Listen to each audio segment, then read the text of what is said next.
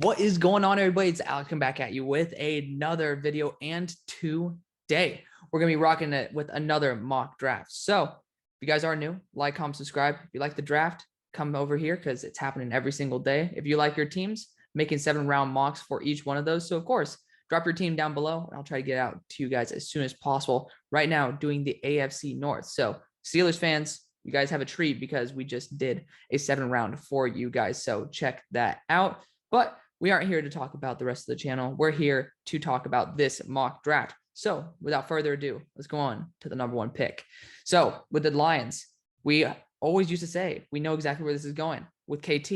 We obviously know this is Aidan Hutchinson now. Now, there are people who like to say KT is still the number 1 guy. I respect that because sometimes recency bias, like with a guy like Zach Wilson, ends up totally taking storm. We'd like to see who's performing the best right now. Do not take full resume into account. I respect it. However, Aidan Hutchinson refined his game, as well as the big thing is he changed his body composition totally. He dropped about 20 pounds, gained a lot more speed, and still kept the same amount of power. So what that does is create a far more effective pass rusher, and it's shown in his gameplay. So it's not like he has been the same dude and just continued to get better every single year. He totally changed who he was, and then he is the Heisman contender that he is right now. So good for Aidan Hutchinson. Big fan of that guy.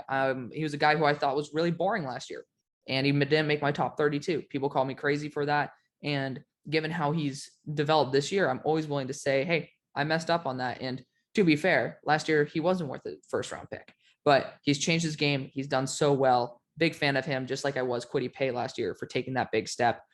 Good for him. He's the number 1 pick.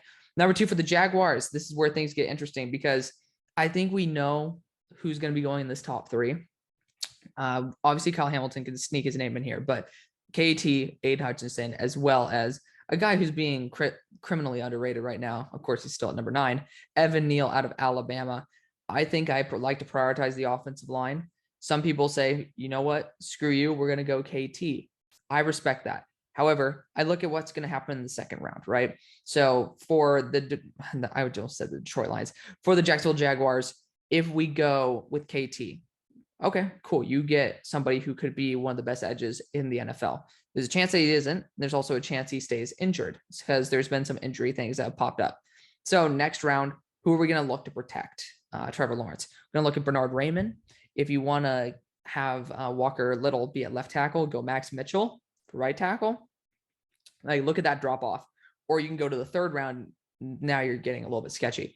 Or you can go with the tackle. And then next round, you can go after someone like Jermaine Johnson, Arnold Ebiketie, Nick Bonito, for Christ's sakes, if it gets down to that far. Or the next round at the 3rd with Boye Mafe. I think, bottom line, to sum up my bullshit, the opportunity cost of losing out on a high-end tackle is far greater than the opportunity cost of losing out on a guy like KT. This draft for edges is one of the best that we have seen, just because of how stacked it is. There's guys who are in the 4th round, like Boye Mafe. I have him as an early 4th. That is solely because of the fact that there are so many great edges above him. That guy is crazy. If you guys want to watch a fun player that's going to be one of these late day 2, early 3 guys, that's one to watch. I'm going to go Evan Neal here. He can play left or right tackle. Some people like Ikem a little bit more. I don't. Evan Neal is larger. I mean, he's 345 pounds. It says 360. I do not believe he put on an extra 15 pounds. He's still athletic as all get-go. And the only reason he might look a little raw is because he's only had 1 year of playing experience at each position. He's played, I believe, one of the guards, might have been right guard, then right tackle, and now left tackle. Give him some more time to develop. You know, Ikem is starting to step into his own, but he's played that position multiple years in a row. Evan Neal is the way to go. I know I'm going to get some backlash on that, but I thoroughly believe that that's the right pick. Of course, now it's a pretty easy one for a team like the Texans. People are saying, oh, we don't want another Jadeveon Clowney. You forget that Jadeveon Clowney only failed because, 1, injuries, but 2, he just wasn't the same type of player he was in college. He didn't translate well. And it's unfortunate, but that isn't a reason why you don't take another edge, right? You don't lose out on another high potential player at a position of very large impact because you're afraid that you're going to make the same mistake twice. Sometimes just bite the bullet, say you screwed up, and take your chances. With a guy like KT, that's worth it. Obviously, if Evan Neal were there, I'd say take a shot on it. I think Evan Neal is going to be worth a lot more than Titus Howard would be. So that's my two-piece right there. Number 4 with the Jets, I think you go after another unicorn-style player. Marcus May going to be on the move. Also, strong safety isn't really solidified yet. Hamza Nasir-Dean going to be challenging for that role, being, I think, a former 4th or 5th rounder. Kyle Hamilton. This guy is very unique. His size, his speed, his intelligence, his range, his ball tracking, everything is on another level. Only reason he's here is because the letter that is after his name, he's a safety. Safeties simply do not have the value of a high-end edge, of a high-end tackle. So could he go at number 2? Absolutely. Would it be the right pick? No, obviously, because we have amazing players at amazing positions of value. Kyle Hamilton is on another level. Anybody who says safety is not worth the top 10 pick or top 5 selection hasn't seen Kyle Hamilton, because Kyle Hamilton is not a safety. He is a defensive god. So he's an absolute beast. I love him. This class at the top has real gems. I'm a big fan of it. Number 5 with the Giants. We all know the deficiencies on the defensive front as well as the offensive front, especially the offensive line. So the offensive line needs to be fixed. I'm looking at Ikem Ekwonu as well as right here at Tyler Linderbaum.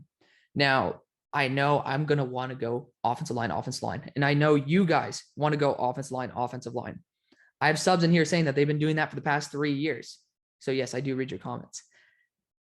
Of course, it hasn't happened, right? So it's unfortunate to say this. As much as we need that to happen, we as in the Giants, no, I'm not a Giants fan. I like to take the role of every team. It's just not realistic.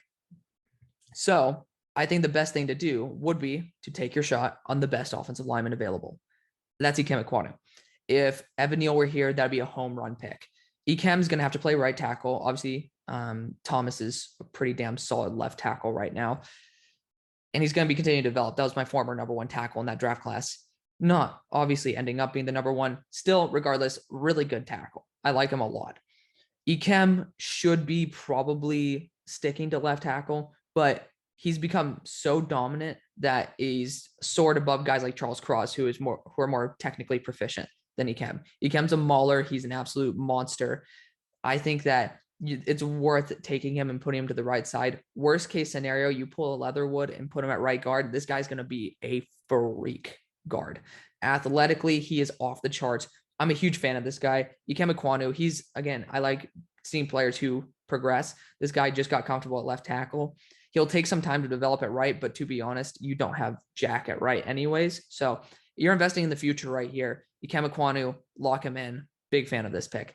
Number 6, again, I would be locking up my number 5 player in the entire draft right here, Tyler Linderbaum, if it were solely my pick. It technically is. However, I'm not going to totally screw this draft over and just say I'm going to be doing picks that are hyper unrealistic. And it's not unrealistic for him to go to the Giants. It's just Lyman is just not realistic anymore. So a guy like George Karlaftis, who is technically proficient, he's a beast. He has some aggressiveness to him. He feels a lot like what a Giants organization would look for. Same thing with Ikem. So I like it. I think that it's a very solid fit. I'm pretty sure most teams are trying to most mockers are trying to lock it in, even guys like Todd McShay. So I'm not crazy. I like the fit. I used to say it was way too early because of the health issues. Well, luckily this year he has proven that he can stay healthy. And that was a big test because he couldn't the years before. That still brings big questions up. However, it doesn't mean that he's going to obviously be healthy forever. It also means that he's shown that he can stay healthy. And that's a really, really big plus to his draft stock right there. If the medicals at the combine also prove positive, this guy is going to be a top 5 to 6 lock. He's just that damn good, especially for his size. If he's able to slim down, pull an Aidan Hutchinson, he could be an Aidan Hutchinson. Hot take. Number 7, the Jets. You could go Derek Stingley here. Wouldn't mind it. Another guy where combine medicals are going to be huge is Derek Stingley, right? Absolute monster at the cornerback position. We know he has the talent. As long as he stays healthy, that's where you go. I'm going to possibly look at another position here. I don't think you go DB. And I'm going to change it up because that's been it's been Kyle Hamilton as well as Derek Stingley for a long time. The interior of the offensive line's not been great. Right tackle as well is going to be a vacancy in about a year. So I have an issue at right guard. I have an issue at center.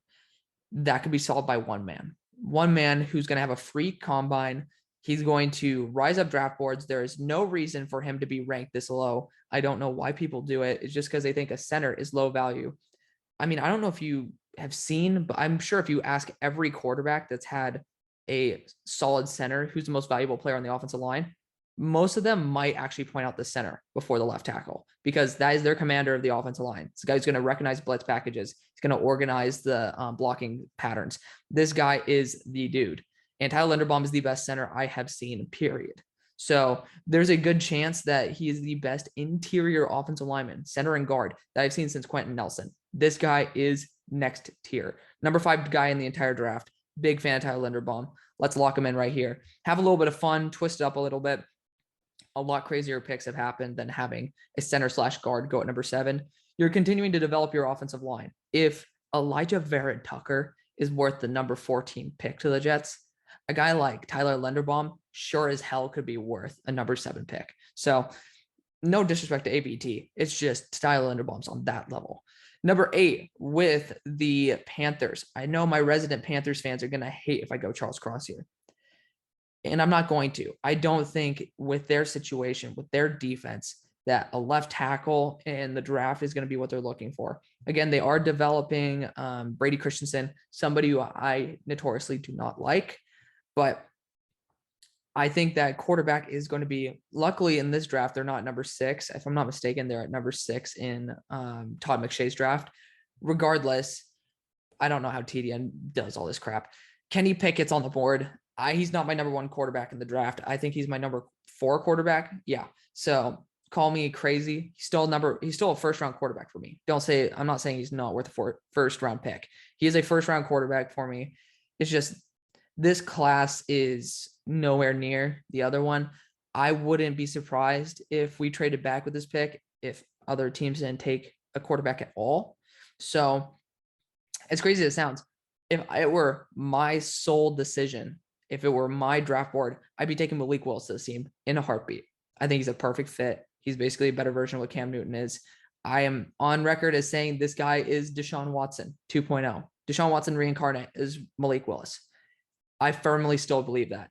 I think the hate on Malik Willis is going to die off when people start seeing the all-22, when they start seeing that this guy's offensive line failed him, that his receivers failed him, that the offensive scheme failed him. This guy has had 50 sacks this year. I'm sure as hell that he was not responsible for about 40 of them. And yeah, Russell Wilson's responsible for a lot of sacks too. It's not crazy to say that a quarterback like Malik Willis is the best quarterback in the draft class. And of course, that's not saying much because these quarterbacks aren't really that great. Malik Willis has that chance to be great. He's my solidified QB1. But if you're looking for a guy right now to step in, right now to bring your team to the playoffs and possibly to a farther distance, right now, you need a seasoned quarterback. You need somebody who has taken that step up. And you have a wide receiver room to do it. Kenny Pickett. Also, it's more realistic. I think Kenny Pickett is a lot of the NFL team's QB1. Just not mine. After I've been watching Kenny Pickett for a couple years now. Very happy that he's taking that progression. Very happy that he's healthy. I can't do it. I really can't. There's some throws that he makes that it's a no-go for me. So that's why I have him lower. Still going to draft him up here just because, again, that's where the NFL is right now. And again, he's ready versus the rest of these guys who need some time, or Desmond Ridder. But number 9, with the Falcons. So I don't think this is much of a discussion. You have Derek Stingley on the board. You take Derek Stingley. I don't think it's crazy to see Derek Stingley here. I know a lot of very respected draft analysts are saying that Derek Stingley is falling out of the top 15 for them. And that's just because he is 2 years removed from being impactful. That is both being available as well as being good when available. Derek Stingley's been exponentially worse than where his reputation came from. So he started off here and he's had two seasons down here. And yes, that factors in injuries and everything. I still think this guy is a beast. He's my number 6 guy in the draft. I just think, again, positional need as well as just some of these players really popping off to me leads him to fall to 9. Not insane. It really isn't insane, but Derek Stingley is a beast. Number 10 with the Eagles. Unfortunately, could not get Derek Stingley to you guys. I wish I could have, but That's the way the draft goes. I don't gift teams any picks. Even if some people think that I gift certain teams, certain players, I really can't give a rat's ass if you guys like the picks. I'm trying to do something that's a really solid pick for the team. No offense, but I think this one, with the hype that is coming, with the positional needs, with everything that's going on, this team needs an edge player. And it's not going to be Travon Walker, not Jermaine Johnson, but it's going to be David Ojabo. He's a perfect fit for the team. You guys thought I was going to go after Kingsley Enagbare. I'm not Broshmo. No disrespect to my guy. I love Broshmo, but David Ojabo is going to have that hype. He's super young, redshirt sophomore. This dude's really new to the game as well. Just absolute beast. He should not return. He better not return. I think he is my edge 4, right behind Karlaftis, and it's not far behind Karlaftis. I'm honestly lower on Ojabo than most people in this draft, and I still think this guy's an absolute unit. I think he's amazing, and I think a team like the Vikings could even go after a guy like that. But respect to David Ojabo, he's a monster. I think he's a perfect fit for this defense as well. You guys desperately need it. Brandon Graham, I think, is up on a contract year, as well as Derek Barnett, and Josh Sweat is pretty much all you have left on the edge position in a team where starting out the year you had Ryan Kerrigan, BG, the guys I mentioned, Sweat, as well as Barnett. You had a 4 rotation of really high-end edges. So now get a guy who's able to come in. You have pretty much one usable one left. Have Ojabo step in and be able to light it up. Of course, at number 11, I think this is a great pick for a corner. We could, of course, wait to our 3rd pick, which is all the way over here to get a corner, but I see a lot of teams that are threatening that. Linebacker is another one. You could see us trade back and try to get a guy like Devin Lloyd a little bit later. I just don't think that's gonna happen. Yes, you could go after a guy like Jaquan, or like a safety with that next pick as well. Just not valuable enough here. I'm gonna go corner, and based on my rankings, I have Sauce Gardner above them all. We will see New Year's Eve whether he remains my corner 2. He is my corner 2. Derek Stingley is my corner 1. Just inside, it's Derek Stingley, Sauce, Booth, Elam, or McCreary. No disrespect to Roger, but these guys are all first rounders to me.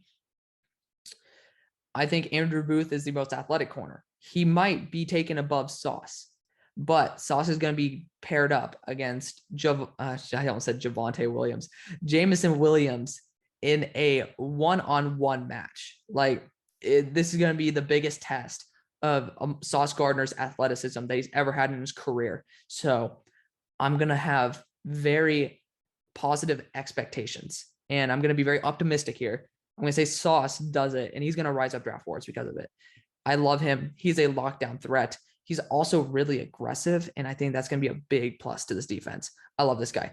Number 12 with the Vikings. So this could be a corner. This could also be an edge player. And you know what? Because of all the hype that's going on, I think I'm going to include Travon Walker. It just seems like he might actually come out. And I'm sorry. I used to just say that he's not going to come out, but at this point, it kind of makes sense. You have teams like even the Saints. The Saints could go after a guy like Travon Walker if they wanted to, but there are teams in here that would be intrigued with an edge player like Travon Walker. Honestly, I'm not going to draft one here nor here. I think we can just pull off that facade. Not going to draft one, nor to the Steelers. So we could see a team try to move up for a quarterback. We could, because there's some good ones on the board, and we already know the Steelers are going to be moving up, are going to be wanting a quarterback. So a team like the Broncos might want to take their pick at it. They might not like the value that they get, but let's see what happens, right?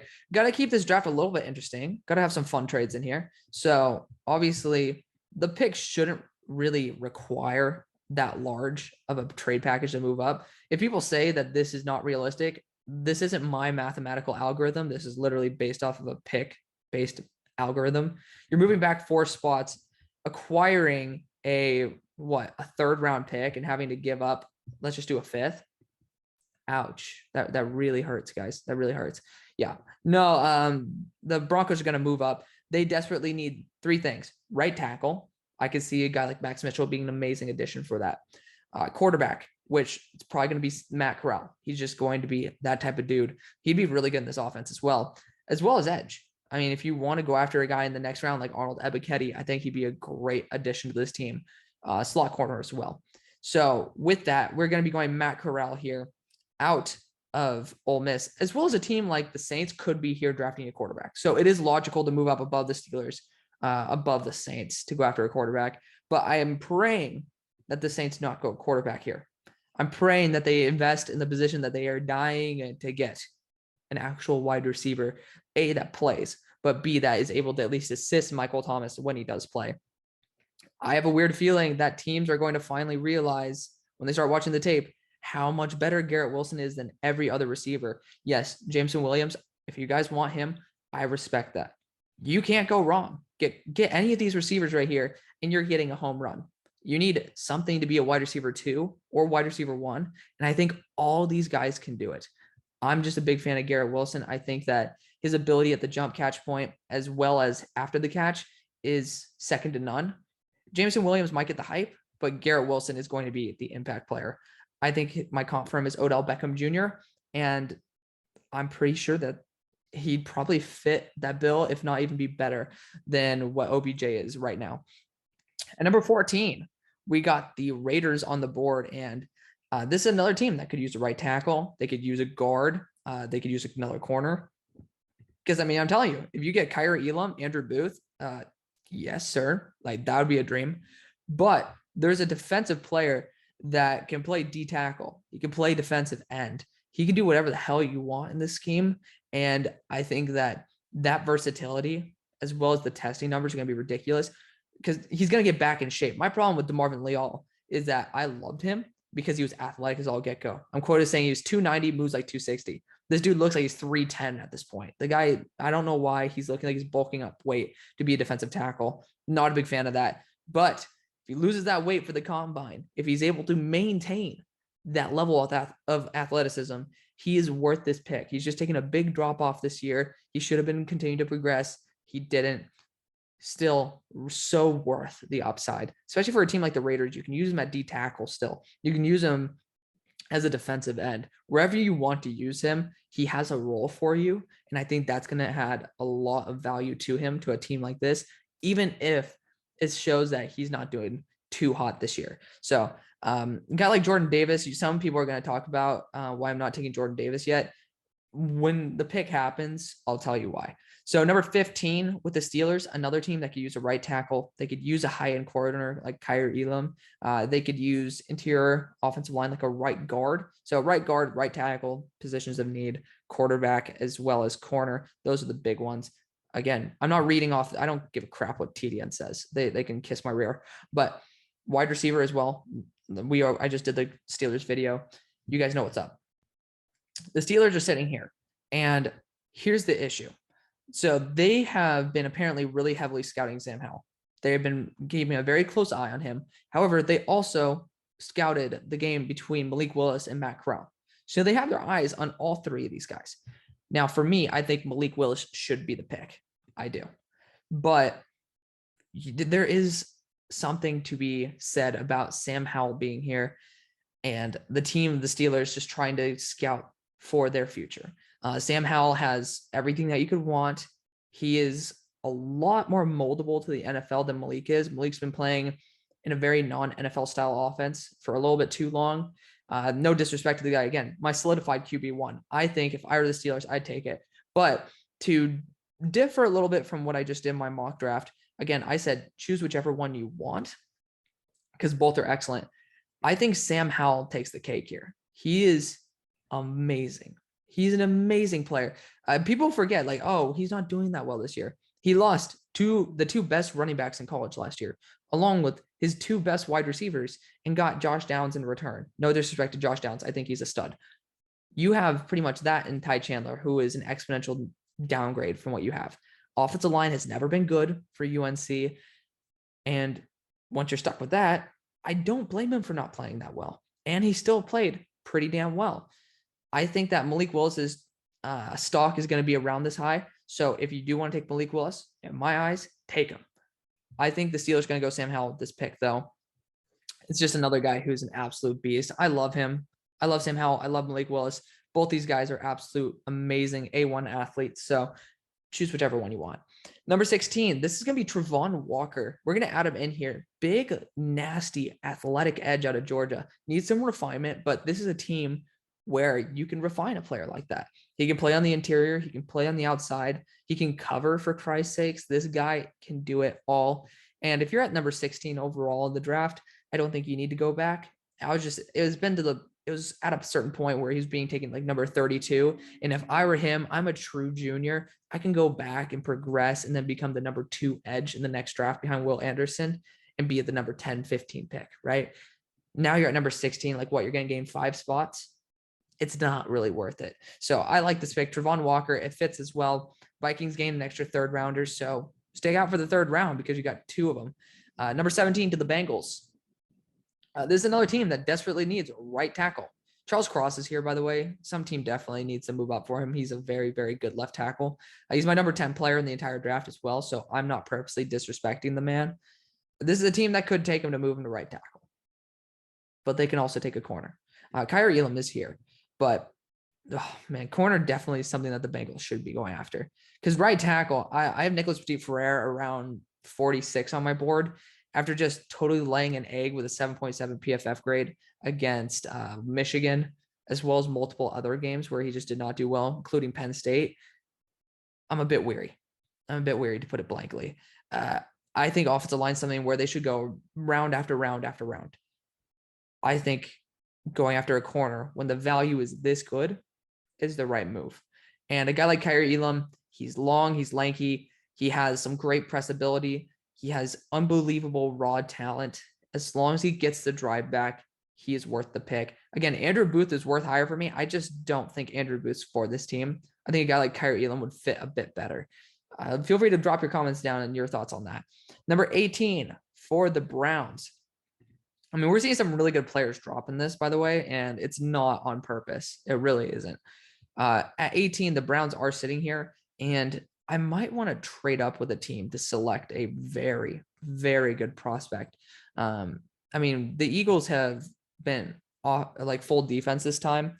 Unfortunately, I would have loved to grab Garrett Wilson. That was another guy I was thinking at number 11. I was like, ooh, could get Garrett Wilson here. And it's not unrealistic to do something like that. But I know the Browns want a receiver so badly at this point because, you know, when you lose Odell Beckham Jr., there's a hole there. People are going to say Jameson Williams can go before Chris Olave. They play different positions. Both are great deep threats, but one is an elite separator. And when you have a quarterback that is not a hyper mobile, hyper strong arm quarterback, you need someone who gets open. And Baker used to throw guys open, but Chris Olave is just a master. He's a route running technician. He's smooth feet. He does everything well. I love Chris Olave. We're locking him in right there. Washington, yeah, you guys are right to the podium with this one. There's some great players falling. It's really pissing me off, and I know it's probably making you guys mad as well. We're going with Malik Willis here. Again, I think the upside is just way too damn good to not take him. So here he is. We're taking him. With the Bills, I think I want to see if there's a team that wants to move up to take a left tackle because I know the Dolphins are right here. I know they're right there, and there are teams that probably want a true left tackle that would be willing to move up that far. And I'm trying to find them. And it's actually kind of hard. I know the Ravens are, but there's no way in hell the Bills and the Ravens would ever trade for a first round prospect, and especially not the Titans either. It's kind of weird because I really don't want the Dolphins to get that tackle pick. Not because I want to screw you over, Dolphins fans. I'm saying the Bills mindset is that they do not want Charles Cross going to the Dolphins right here. So looking at the teams in close proximity, I say no, yes, but not going to happen. Could happen. I just don't think you want to trade with another Super Bowl contender and see the Dallas Cowboys just start lighting it up with a true left tackle there. No, also wouldn't trade with them anyways. Yeah, no, I think that there's just nothing you can do at this point. So unfortunately, we're just stuck with getting a high-end offensive lineman out of Texas A&M, Kenyon Green. He's going to fit as a tackle, as a guard. This guy is versatile. I have him as my number 14 or 15 player in the draft. I love Kenyon Green. Lock him in. Big fan of him. By the way, that probably would have been the next pick. Just behind the curtain. that was probably going to be the next pick. The Eagles are down to, unfortunately, not Kenyon Green. They're down pretty much to one option. That's Devin Lloyd here, or Nakobe Dean. But I think going after a true Mike would be a lot more valuable. He is 235. I think he probably will be around 240 in the NFL. Regardless, it's a lot better than a guy who's 225 pounds. I just don't think, I think Davion Taylor starting to take a step up is going to create more value for a guy like Devin Lloyd, who's ready right now. He's going to be a true commander of the defense. I actually really like Devin Lloyd. I used to think that, he's super old. He's going to be he's a little bit overrated. After seeing how he's progressed through the year as well, being able to step up in the clutch for the Pac-12 championship, he's for the real deal. And I know you guys like that pick too.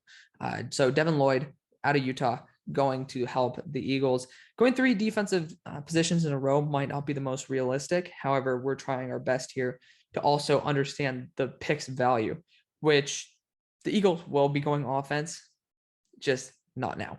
Number 22, you guys are running to the podium, aren't you?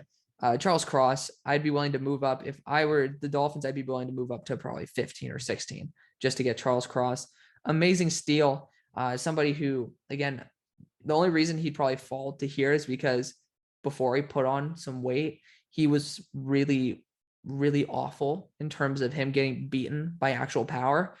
He's able to put on some weight, gained an anchor, top 10 player for me in the draft. 23, this is a dream spot for Ojabo, but not going to happen.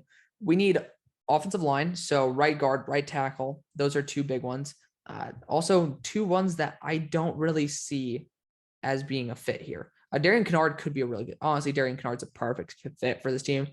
He's definitely probably going to be my number 1 guy. Edge-wise, I don't see anybody worth contending with Darian Kinnard, because Darian Kinnard's like my 18th dude, or he might be in like my 20 range. Regardless, he's definitely worth the pick. But we also have a guy like Jameson Williams that can stretch the field. That would be fun. It's a way to counter the speed of Kansas City. We have to factor that in. But I think there was another position. Andrew Booth could be another really good prospect. He's lighting it up, man. I mean, to be honest, if people are, I know the Lions fans would lose their shit if I went Andrew Booth for this team, but he's really good. He's my corner 2, or he's my corner 3. Like, this guy's actually high end. I'm not trying to disrespect Andrew Booth by having him fall. It's just corners don't always go that high. I really do kind of want to go Andrew Booth though. I mean, we could, of course, go Darian Kinnard here, but I don't think they go right tackle, like left tackle, then right guard, right tackle. Like with guys like Jamari Sawyer on the board, Tyler Smith out of Tulsa. I love this dude. He's a beast.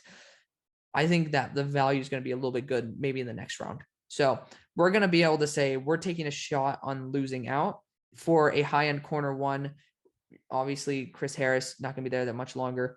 You just need an actual alpha at that cornerback 1 position, and it's best player available.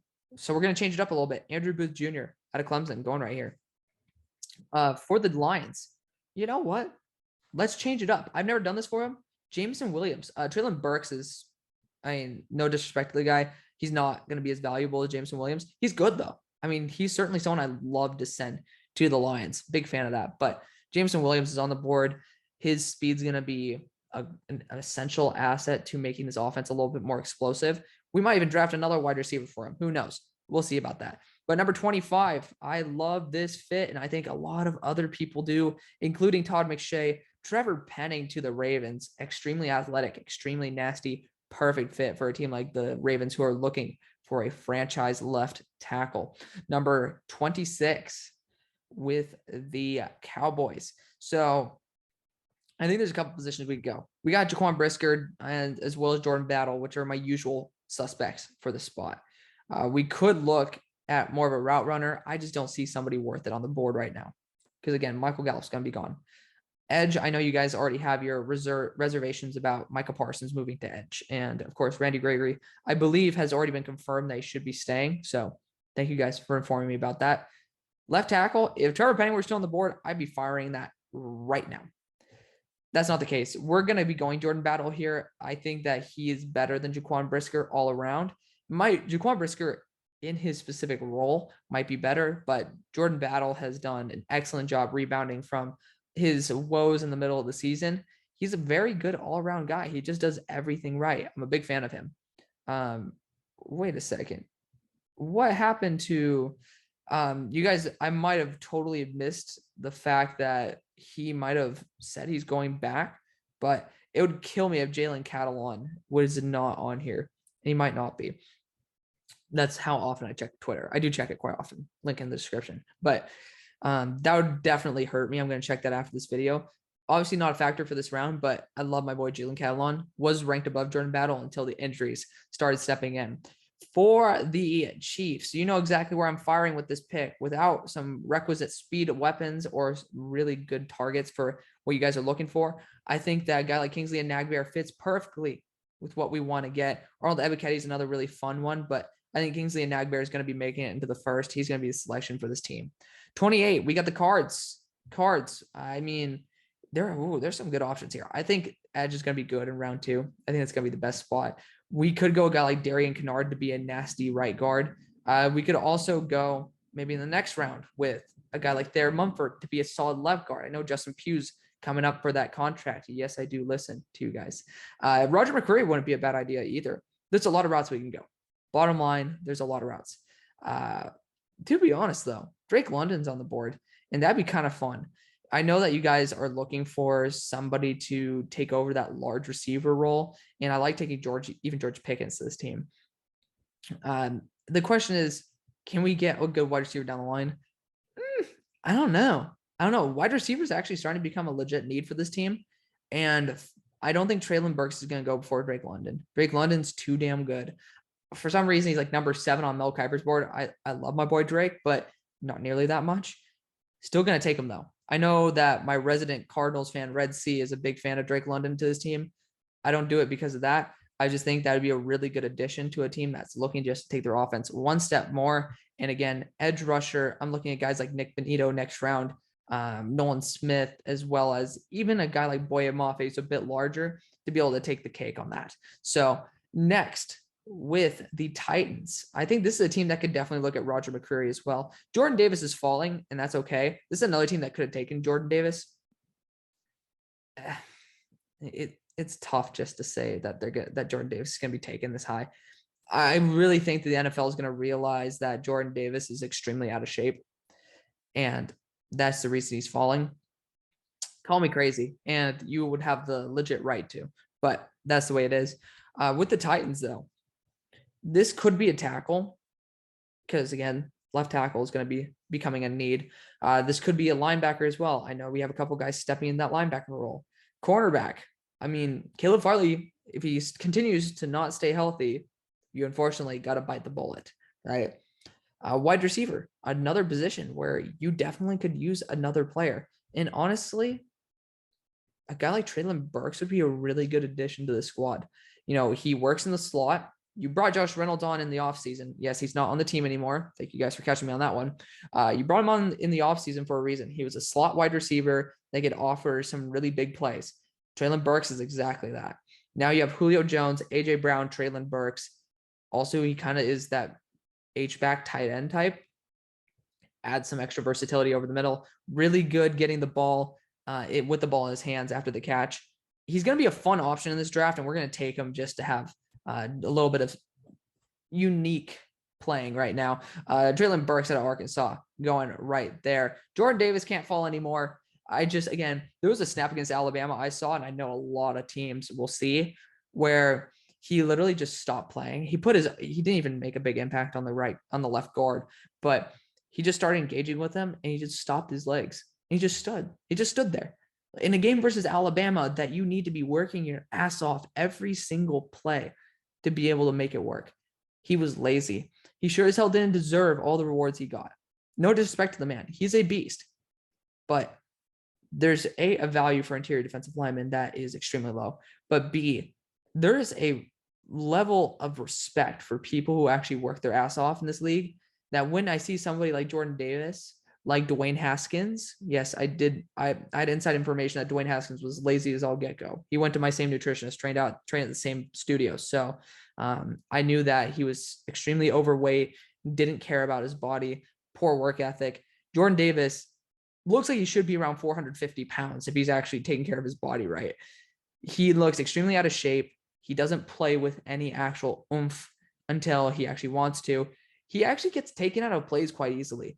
Still a really good player, but there are extremely huge red flags that people are ignoring because they see a 6 foot, he's 6'6", 6'7", 360-pound man. He's not 340, 360.